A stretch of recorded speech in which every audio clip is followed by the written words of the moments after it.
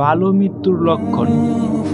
সকল মানুষকেই মৃত্যুবরণ করতে হবে, এটা আল্লাহর এক অবধারিত সিদ্ধান্ত।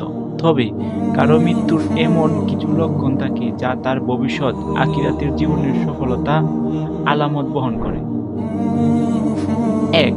লা ইলাহা ইল্লাল্লাহ বলে মৃত্যুবরণ। ২.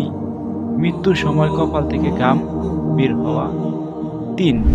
বৃহস্পতিবার দিবাগত রাত্রে অর্থাৎ জুম্মার রাতে অথবা জুম্মার দিনে মৃত্যুবরণ। ৪. জিহাদের মর্যাদা শহীদ হওয়া।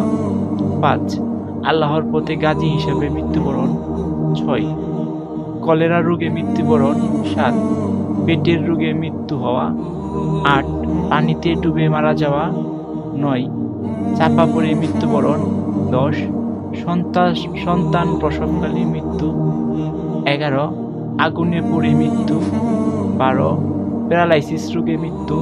১৩. ফুসফুসের রোগে মৃত্যু। ১৪. অন্যের হাত থেকে নিজের সম্পদ রক্ষার্থে মৃত্যু। ১৫. দিন ধর্ম রক্ষার জন্য মৃত্যু। ১৬. নিজেকে রক্ষা করতে গিয়ে অন্যের হাতে মৃত্যু। ১৭. আল্লাহর প্রতি নিজেকে জড়িত রাখার অবস্থায় মৃত্যু। ১৮. নেক আমল অর্থাৎ ভালো কাজ করার অবস্থায় মৃত্যু।